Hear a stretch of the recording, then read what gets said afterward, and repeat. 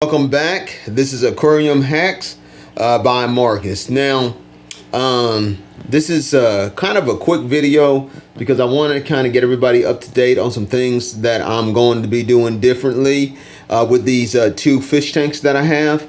Now, I have always liked it Lake Tanganyika setups and Lake Tanganyika cichlids. Now, I have never really set up a community tank for Lake Tanganyika. The only Lake Tanganyika cichlids that I got so far, and of course they're going to hide, but and the lights are off anyway, is these shell dwellers, these multifasciatus shell dwellers, which are doing fine in the tank that they are in.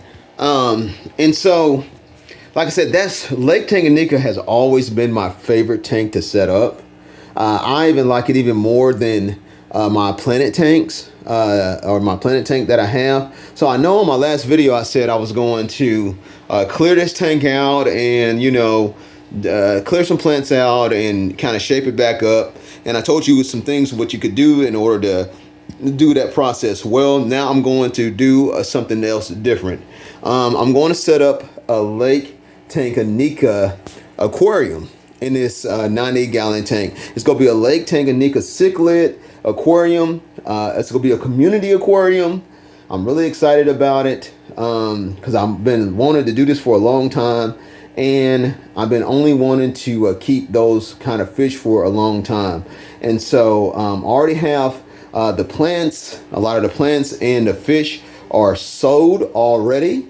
I'm going to keep my crypts because my crypts can go fine in this hard water scape that I'm going to do, and I'm going to try to make it look as good as possible.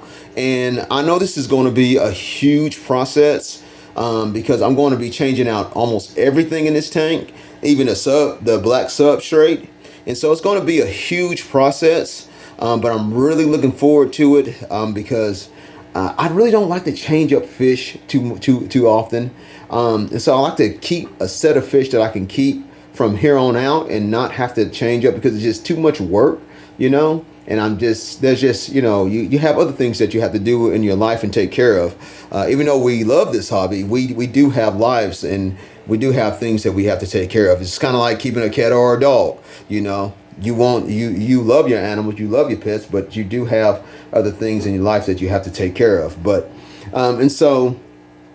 but I am excited definitely about getting this community tank going on.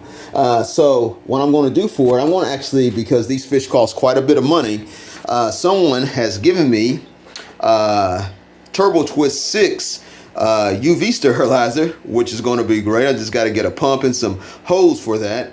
And what I wanted to show everyone was actually, please excuse my room, it is a mess. And the guy actually gave me some rocks that can go in there, and I'm going to pick up some more rocks from a friend that has more rocks that I can just pick up out of his yard. So I'm looking forward to that. So I'm trying to do this tank as cheap as possible. But what I wanted to talk about a little bit today in this video, besides yabbing on for over 3 minutes about what I'm going to do, how I'm going to process this, is sand and substrate. Now, we have many different options when it comes to sand and substrate. And so what I'm doing here is I'm going to actually mix some pool filter sand, which this is pool filter sand here. Looks great, got nice granules, and I like this pool filter sand. It's actually, I like it better than the one I got at Menards. This one here that I got at Menards was just too fine for me. I mean, it's okay, but it was just the granule size, was just really too fine. And so I'm not going to use that one at Menards, but I'm going to use this one here from Ace, which to me, the granule size are just larger. They just look better. They're a little bit larger, so I just like that one. And I'm going to mix it with Quick Creek all-purpose sand, which is a brownish kind of like sand. And it's also got some nice granules to it. There are some fine particles in there, but it does have some larger particles in there that's not as fine. So that'll be great for growing the crypts in there. And so I'm going to mix those two together because I didn't want this new Tanganyika tank to look exactly like the shell dweller tank. I didn't want to have the same kind of substrate as this shell dweller tank had. So I wanted to have something that looked a little bit more unique, a little bit more interesting. And so that's why, of course, I'm going to be mixing my sands together, and hopefully that comes out looking pretty unique with the pool filter sand and the Quick Creek all-purpose sand. And so hopefully that looks great. Now here is some place sand, which a lot of people don't recommend place sand, and I can understand why. It's dirty. They say that it compacts really good, and I never really used place sand in my aquarium, but I wonder what some white place sand will look like with a mix of these other two sands, the pool filter and the Quick Creek. Just a small portion of it. But what I found out that with this place sand, actually the granules in that were actually pretty coarse. It's actually not as fine. There you go. Let's focus a little better. Not as fine as what a lot of people say. At least not this place sand that I got from Lowe's. This white one. See, the granules are not real fine in there. You have some fine granules, of course, like you would in any sand, but it's not real fine. And so, just wanted to kind of show you the different sands and the different substrates you can get and buy. You do not have to buy that expensive aquarium substrate at the fish store, which if I got a 50-pound bag of aquarium substrate, it would cost me $50 or $60 easily, you know, because that stuff is expensive. So you don't have to do that. Now, granted, when you do buy aquarium substrate, it will have several, you know, quirks with it, such as it'll probably be already pre-washed. It will be 100% safe, and you can put it in there a lot faster. But if you put in a little effort and a little work and wash this sand here out, you can still save a lot of money and still have, you know, enough sand for your project that you're going to do. And so definitely look around at different sands and stuff like that.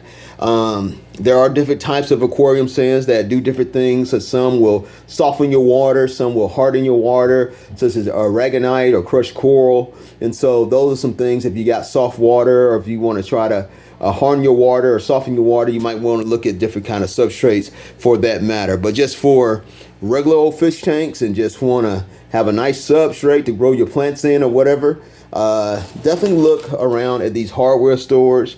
You can look at Ace, you can look at Lowe's, you can look at Menards, you can look at Tractor Supply for black blasting sand and stuff like that. All those kind of substrates will work in your aquarium. So maybe on some of my videos, I'm going to give out some tips on some things on how to save money on certain things, such as salt, right? You know, you can buy salt, aquarium salt, for $10 or $12 for 20-ounce pack or whatever, or you can buy this big old 40-pound bag of crystal diamond salt, solar salt, pure solar salt for $7 or $8. Or I think that's all I would pay for it. And so there you have it. And you will have enough left over to throw some on the ice and snow at your house around this time of year. So save yourself some money. Just look at these hardware stores. Look at landscaping places to get your rocks and stuff like that. And just save yourself a lot of money in this hobby, because we all know this hobby is expensive. So enough talking from me. This is almost a 9-minute video. Sorry about the but I do look forward to my new tank and showing you guys the process. Keep on hacking and have a good day.